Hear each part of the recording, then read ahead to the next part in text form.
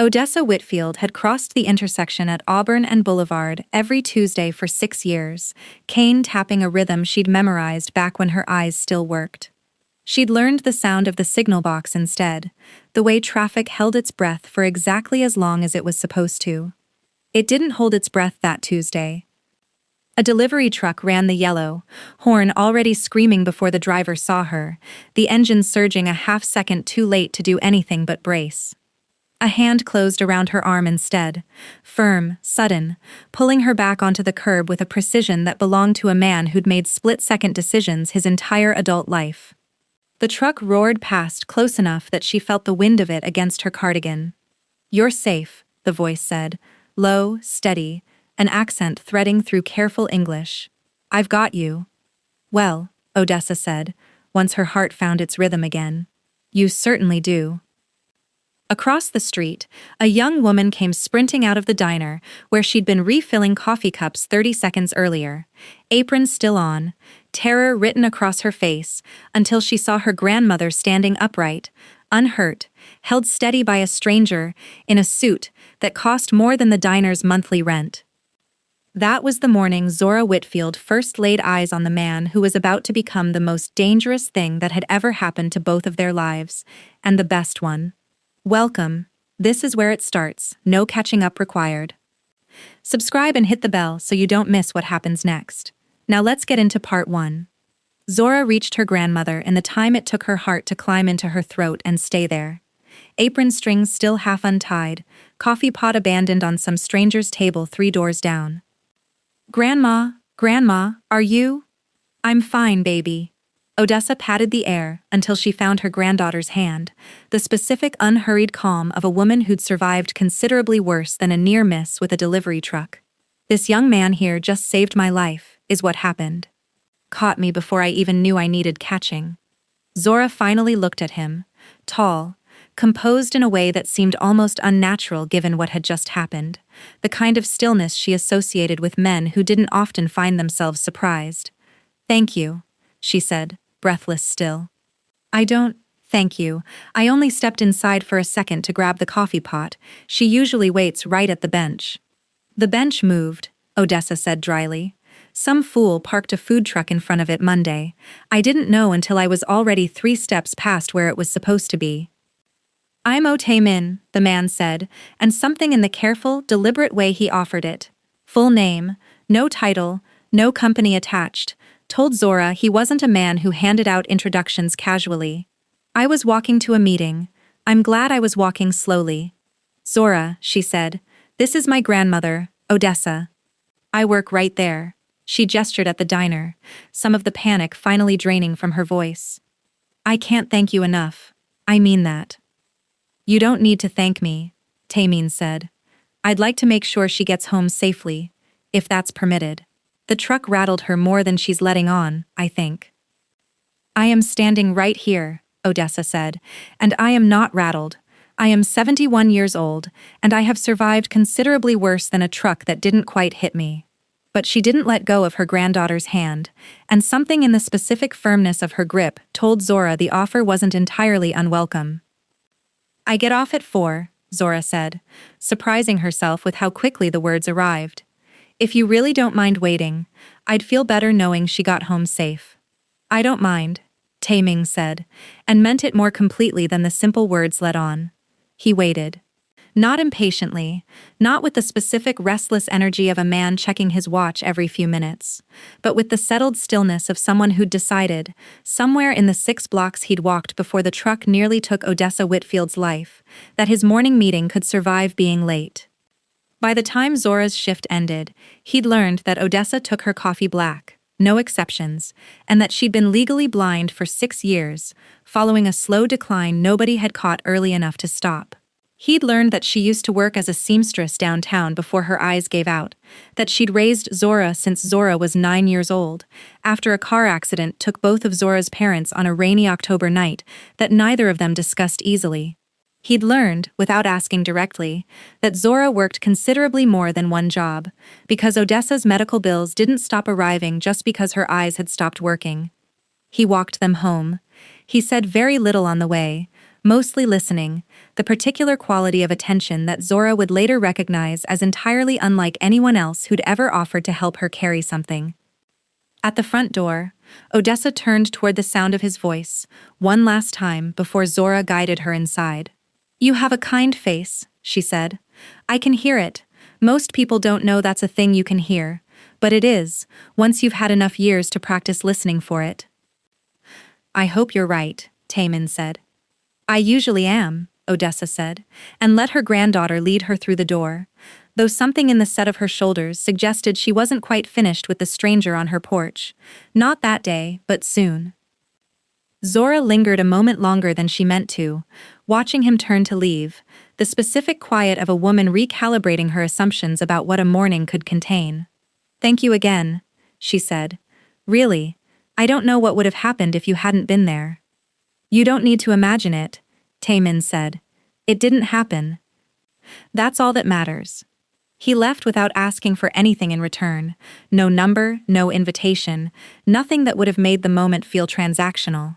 And Zora stood in the doorway a while after he'd gone, turning over the strange, unfamiliar sensation of having been helped by someone who genuinely didn't seem to want anything back for it.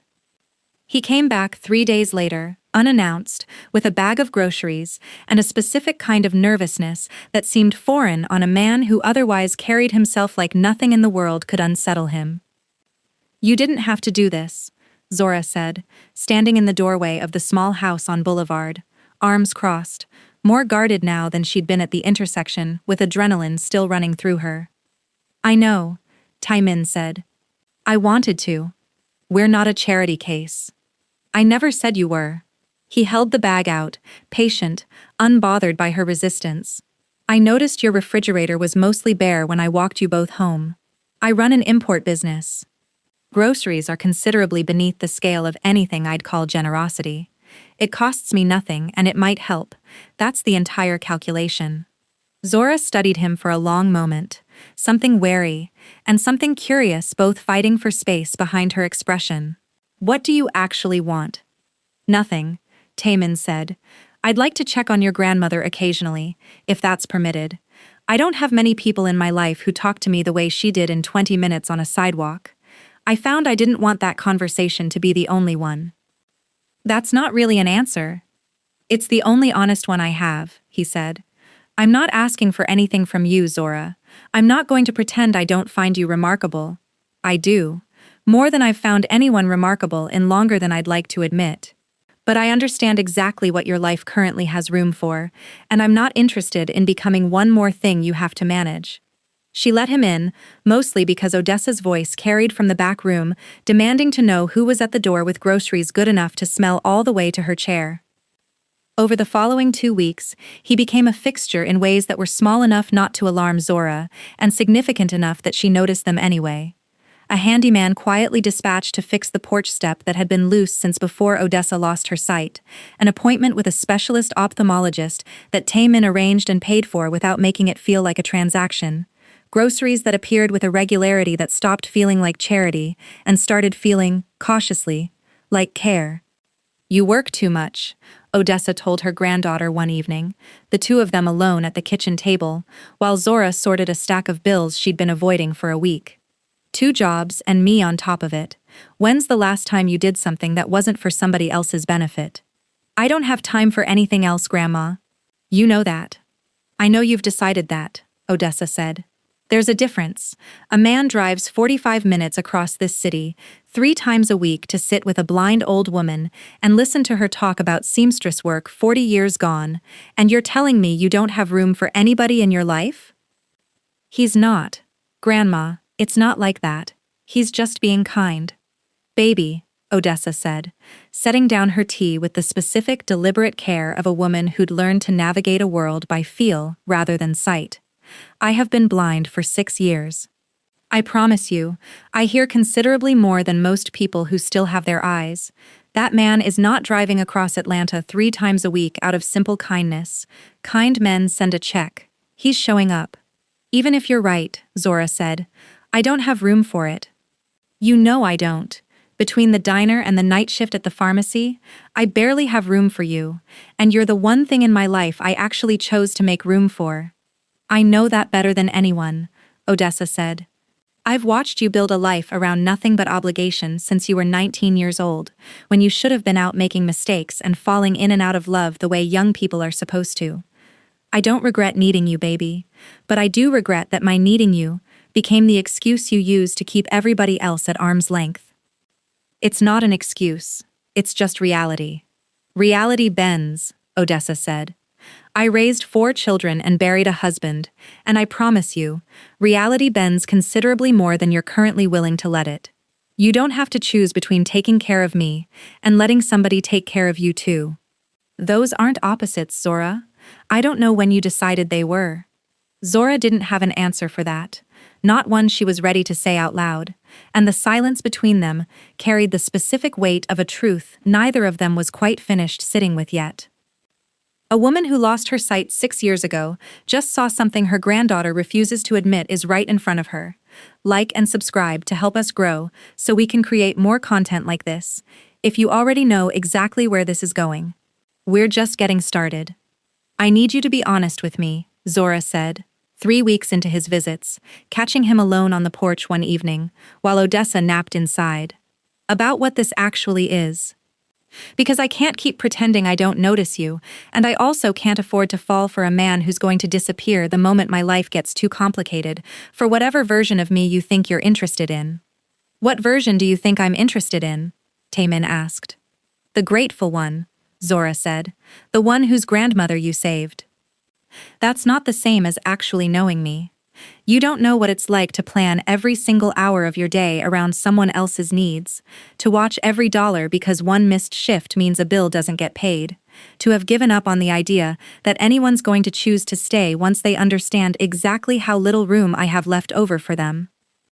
I know all of that, Tae-min said. I've known it since the 2nd week, when I watched you turn down a double shift with better pay, because it would have meant leaving your grandmother alone longer than you were comfortable with. I know you haven't taken a full day for yourself in longer than you can probably remember. I know considerably more about the shape of your life than you're giving me credit for, because I've been paying attention this entire time, not performing patience while I waited for you to notice me. Then why, Zora said, her voice catching slightly, would you want any of this? I'm not glamorous. I'm exhausted most days. I don't have anything to offer someone like you. You're wrong about that, Tae-min said, quiet and direct. You have exactly the thing I've spent my entire adult life around people who didn't have. The specific, uncomplicated instinct to show up for someone with nothing expected in return. I run a business built on leverage, Zora. Every relationship I've ever had outside my own family has come with an angle attached. Something owed, something extracted. Your grandmother offered me tea and conversation the first week I sat on this porch, and it took me embarrassingly long to understand that she wasn't building toward anything. She just liked the company. That's her, not me. It's you too, Tae-min said. I watch you work a double shift and still come home and read to her for 20 minutes before you let yourself sit down. Nobody's paying you for that. Nobody's watching to reward you for it. You just do it, because that's who you are underneath the exhaustion. He held her gaze. I'm not asking you to have room for me right now. I'm telling you I'm not going anywhere, whether you make room or not. I'd rather wait for something real than rush something convenient. Zora didn't answer right away. The specific ache of being truly seen after years of simply being needed settling into her chest in a way she wasn't fully prepared for. I need time, she finally said. Not to decide if what you're saying is true. I already believe you. Time to figure out if I actually know how to let it be true, after this long spent believing I didn't have the luxury. Take whatever time you need, Tae-min said. I'm not offering you a deadline. I'm offering you a fact. I'm not going anywhere, and I'm not going to make you feel guilty for taking as long as you need to trust it. She looked at him for a long moment, something in his stillness settling something in her own chest that had been unsettled for longer than she could easily trace back. Why me? She asked. You could have anyone. I've seen the way people look at you when we're out, like they can't quite believe you're real. Why would a man like you choose a woman who barely has enough hours in her day to choose him back? Because everyone who looks at me like that wants something from what I have, Tae-min said. You've never once asked me what I do for a living, or what my family's worth, or what any of this could eventually mean for you financially. You've only ever asked whether I was going to disappear the moment things got difficult. That question told me more about who you actually are than anything else could have. I'm still scared, Zora admitted. I know, Tae-min said. I'd be more worried if you weren't. Odessa found her granddaughter, crying quietly at the kitchen table 2 nights later. The specific muffled sound she'd learned to recognize even without her sight, and settled into the chair across from her, without needing to ask what had prompted it. You're going to let him walk away, aren't you? Odessa said. Because it's easier than believing somebody might actually stay. Grandma, it's not that simple. It's exactly that simple, Odessa said. I raised you since you were 9 years old, baby. I watched you learn, the hard way, that people leave when things get difficult. Your parents didn't choose to leave. That wasn't a lesson about people. That was a tragedy. But somewhere along the way you turned it into one anyway. You decided nobody stays, so you stopped letting anybody close enough to test it. I don't have room for a broken heart on top of everything else. You don't have room for a wasted one either, Odessa said.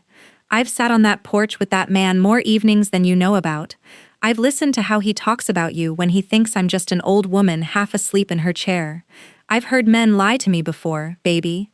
My ears work considerably better than they used to, now that my eyes don't. That man is not lying to you. I would stake what's left of my sight on it. How can you be so sure? Because liars perform, Odessa said. They tell you what sounds good. That man doesn't perform anything. He asks about my seamstress work like he actually wants to know, not like he's collecting points towards something. He noticed the porch step before you ever mentioned it was loose. He showed up in the rain last Tuesday, soaked through, just to make sure I'd gotten my new medication because he knew you had a double shift and couldn't pick it up yourself. That's not a man building toward an angle. That's a man who's already decided what he wants and is simply waiting on you to catch up. Zora wiped her eyes, something shifting in her chest, despite every instinct telling her to keep guarding it. I'm scared, Grandma.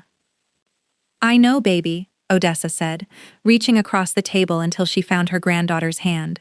But you've been scared and exhausted and carrying this whole house on your back for 6 years now, all on your own. I'd like to see you scared and happy for a change. I think you've earned the trade. Zora squeezed her grandmother's hand, something loosening in her chest that had been held tight for longer than she could easily remember. When did you get so wise about all this? She asked, a small laugh breaking through the tears. You've been telling me for years to focus on my responsibilities. Now suddenly, you're pushing me toward a man I barely know. I'm not pushing you toward a stranger, Odessa said. I'm pushing you toward a man who's shown me, in 3 weeks, more consistent honesty than most people manage in years. I got wise about it the same way I get wise about everything else now, by listening instead of looking, and trusting what I hear over what I used to trust my eyes to tell me. Eyes lie, baby. They always did, even before I lost mine. They show you the suit, the car, the polish. Ears don't get fooled that easily. What if you're wrong about him?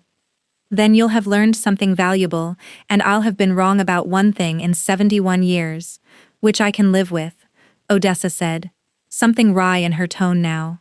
But I'm not wrong. I've been wrong about plenty in my life, baby, and I know the specific feeling of being wrong. This isn't that feeling. This is something else entirely. Her blind grandmother just saw straight through to the truth her granddaughter's been too scared to trust. Like and subscribe to help us grow so we can create more content like this one, if that conversation just wrecked you a little. There's more coming, and it's about to get dangerous. Stay close. Zora found him on the porch the following evening, the same spot where he'd waited so many times before, and sat down beside him without the guarded distance she'd maintained for weeks. I'm not good at this, she admitted, letting people in. I haven't practiced it in a long time. Neither have I, Tae-min said, for entirely different reasons, but neither have I. My grandmother thinks I should give you a chance. Your grandmother, Tae-min said, something warm entering his voice, is a considerably better judge of character than most people I've spent my career surrounded by. I'd trust her instincts before I'd trust a boardroom full of executives. She usually is right, Zora said. About most things. She looked at him, something settling, and decided, crossing her face. I'd like to try, slowly. I can't promise I won't be difficult about it, or that I won't need reminding sometimes that you're actually staying. I can work with slowly, Oh Tae-min said. I've been patient for 3 weeks already. I don't intend to stop now. They sat together as the evening settled around them, the specific, comfortable quiet of two people who had finally stopped performing distance and simply allowed themselves to exist near each other, without agenda.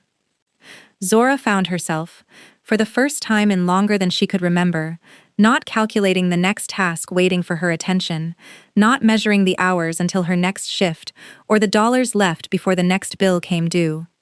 Tell me something about yourself I don't know, she said. Something real.